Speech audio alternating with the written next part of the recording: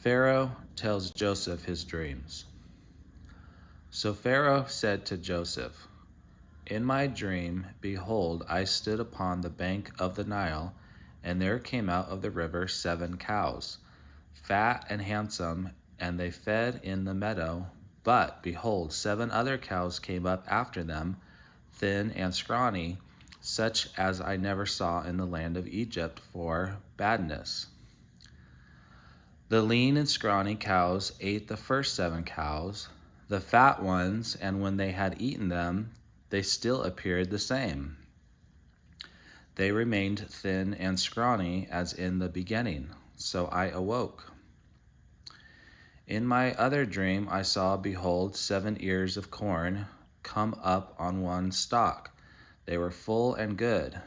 Then behold, 7 ears, withered, thin and blasted with the east wind, sprung up after them.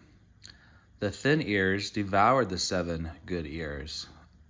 I told these dreams to the magicians, but they could not interpret them for me."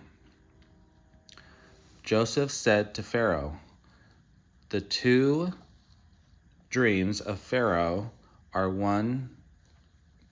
God has shown Pharaoh what he is about to do. The 7 good cows are 7 years, and the 7 good ears are 7 years. The dream is the same. The 7 thin and scrawny cows that came after are 7 years, and the 7 empty years, blasted with the east wind, will be 7 years of famine. This is the meaning of what I have told Pharaoh. What God is about to do, he is showing to Pharaoh. Behold, there will be 7 years of great plenty throughout the whole land of Egypt, and after them will come 7 years of famine. All the plenty shall be forgotten in the land of Egypt, and the famine shall consume the land. The plenty will no longer be remembered in the land because the famine that will follow, for it shall be great." The dream was sent to Pharaoh twice because this thing had been decided by God, and God will make it happen soon.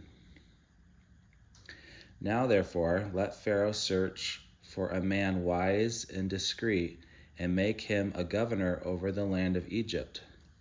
Let Pharaoh do this, and let him appoint officers over the land, and gather up 1/5 of the harvest of the land in the 7 years of plenty.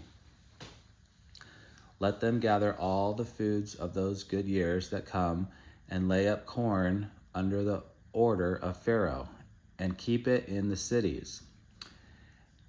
And that food shall be stored for the land to draw on during the 7 years of famine which shall come later in the land of Egypt, so that the land may not perish through famine." The plan seemed good in the eyes of Pharaoh, and in the eyes of all his servants. Pharaoh said to his servants, "Can we find such a man in whom there is, as in this one, the Spirit of God?"